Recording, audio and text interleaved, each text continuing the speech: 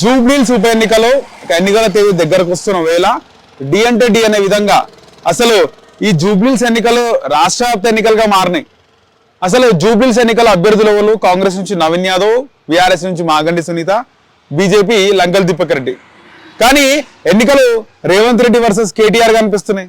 ఈ జూబ్లీహిల్స్ ఎన్నికలు state wide గా మీడియాలో చూపించడం, ఎవరు చూసినా జూబ్లీహిల్స్ ఎన్నికల కోసం మాట్లాడుకోవడం, ఇదేదో రాష్ట్ర వ్యాప్త ఎన్నికల్లాగా అనిపిస్తుంది. ఇదొక బై ఎలక్షన్స్ అంటే వాస్తవానికి క్రేజ్ ఉంటుంది.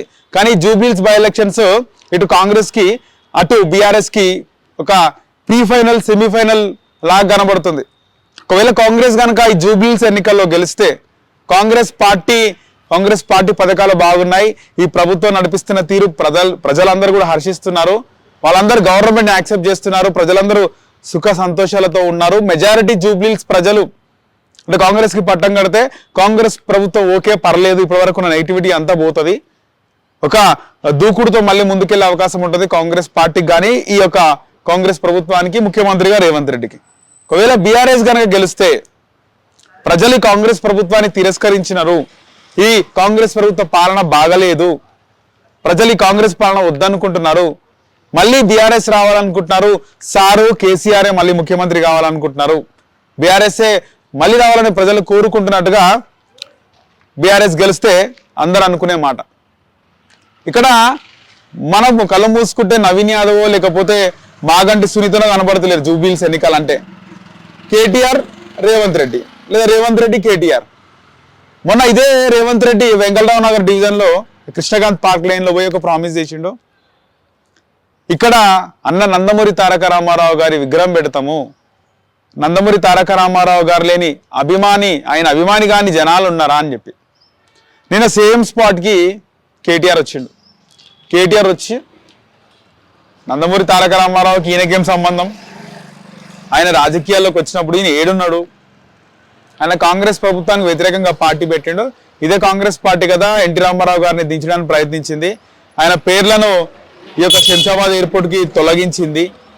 అదంతా పక్కన పెడితే రేవంత్ రెడ్డి కూడా ఎన్టీ రామారావు గారిని ఏమన్నారు, ఆయన దైవ సంబోధుడు అని చెప్పేసి, కృష్ణుడు రాముడు చంద్రుడు ఇంద్రుడు అని చెప్పి గతంలో రేవంత్ రెడ్డి ఒక సభావేదికలో అదే కాంగ్రెస్ పార్టీ సభావేదికలో ఆయన మాట్లాడిన వీడియోస్ అన్ని ప్లే చేయడం జరిగింది.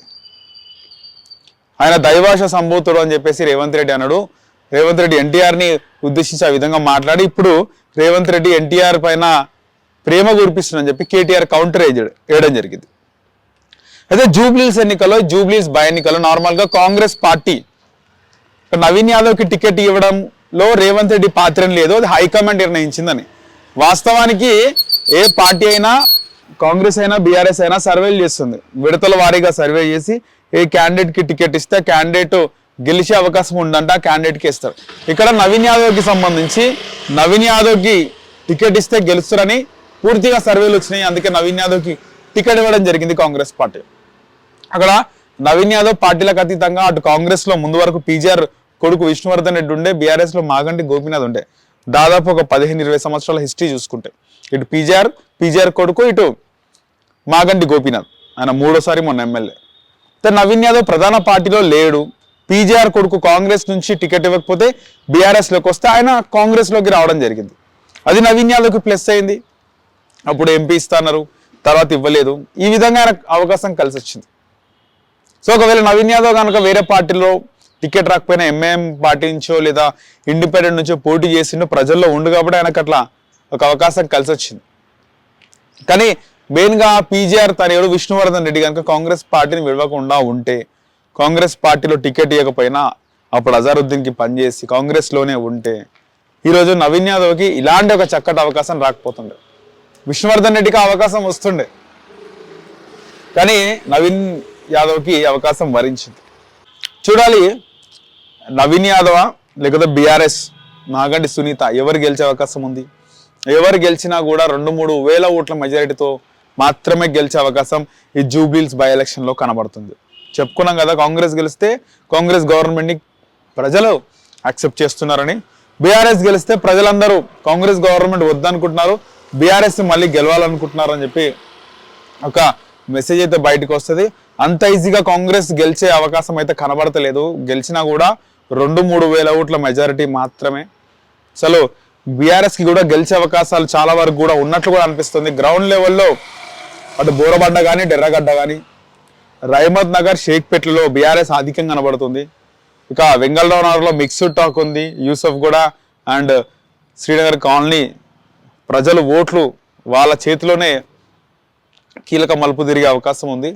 సో కొన్ని డివిజన్లలో బీఆర్ఎస్కి ఎడ్జ్ ఉంటే కొన్ని డివిజన్లలో కాంగ్రెస్ పార్టీకి ఎడ్జ్ ఉంది. డి అంటే డి అనే ఫైటే, పోటీ ఫైటే. ఎవరు గెలిచినా ఆశ్చర్యపోవాల్సిన అవసరం లేదు. ఖచ్చితంగా కాంగ్రెస్ పార్టీయే గెలుస్తుంది అని చెప్పలేము, ఇటు బీఆర్ఎస్ ఓడిపోతుందని కూడా చెప్పలేము. ఎవరు గెలిచినా 2-3 వేల ఓట్ల మెజారిటీతో మాత్రమే గెలిచే అవకాశం అయితే ఉంది.